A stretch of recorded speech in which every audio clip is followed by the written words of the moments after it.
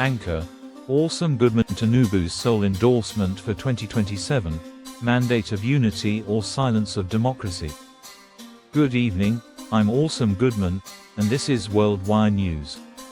Tonight, we begin with a major political development that is sparking reactions across Nigeria and beyond.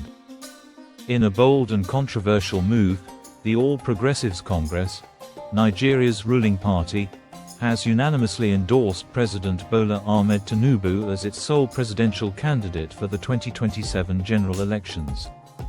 The announcement, made on May 22 at a high-level stakeholder summit held at the presidential villa in Abuja, was backed by all 22 APC governors, the leadership of the National Assembly, and the party's National Working Committee. For some, it's a declaration of stability. For others, a warning flare for the state of Nigerian democracy. A choreographed show of strength within the APC, the endorsement is being celebrated as a masterstroke of continuity. Imo State Governor Hope Uzodinma, backed by Kaduna's Uba Sani and Senate President Godswill Akpabio, framed the move as essential for sustaining Tinubu's renewed hope agenda, an economic recovery plan emphasizing reforms in foreign exchange, energy, and infrastructure. Party chairman Abdullahi Ganduje called on members to unite, praising the president's leadership through economic turbulence and political fragmentation. In their words, disrupting this trajectory in 2027 would be self-sabotage. But beneath the orchestrated applause at the villa lies an old Nigerian truth: power, when too concentrated, often dulls accountability and silences dissent. The dangers of a one-candidate culture.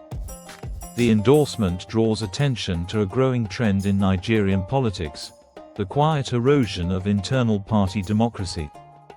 In a nation where political competition is often already marred by godfatherism and cronyism, the normalization of single-candidate endorsements may send the wrong message: that elections are no longer about ideas, but incumbency.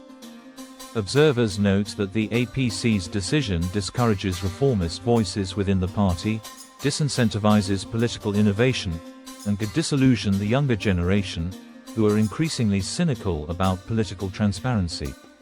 Tinubu's calculated confidence.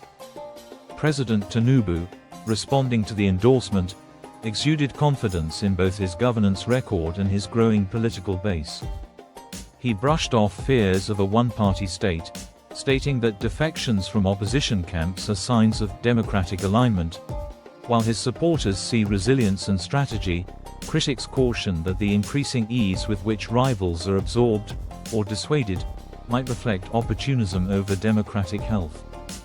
Opposition's concerns and the fragility of pluralism. The Coalition of United Political Parties, CUPP, called the endorsement a power grab, while the Labour Party warned of a potential implosion within APC ranks due to internal friction. They argue that Nigeria's democratic strength lies in its plurality, that the electorate deserves choices, not just confirmation. In a diverse country of over 220 million people, narrowing the presidential race to a single candidate, 2 years before elections, raises fundamental concerns about political inclusiveness. The people decide.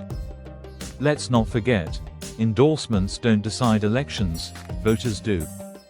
While Tinubu may be the APC's sole candidate, Nigeria's constitution, and its people, remain the ultimate deciders. The 2027 elections will not be won in closed-door summits, but in the streets, campuses, farms, and ballot boxes across this nation.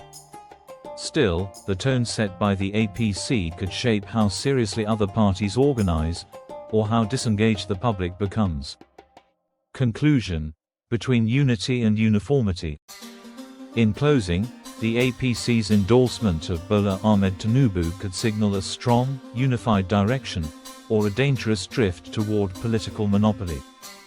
It may provide continuity to finish reforms, or become the blueprint for silencing intra-party democracy in Nigeria's largest political machine. As we approach 2027, every Nigerian must ask: are we witnessing the consolidation of visionary leadership, or the early signs of a democracy too comfortable with its own silence? Because in the end, in any democracy, the most dangerous silence is not from opposition, but from choice. This has been a WorldWire News special report. I'm Awesome Goodman. Stay informed. Stay engaged. Good night.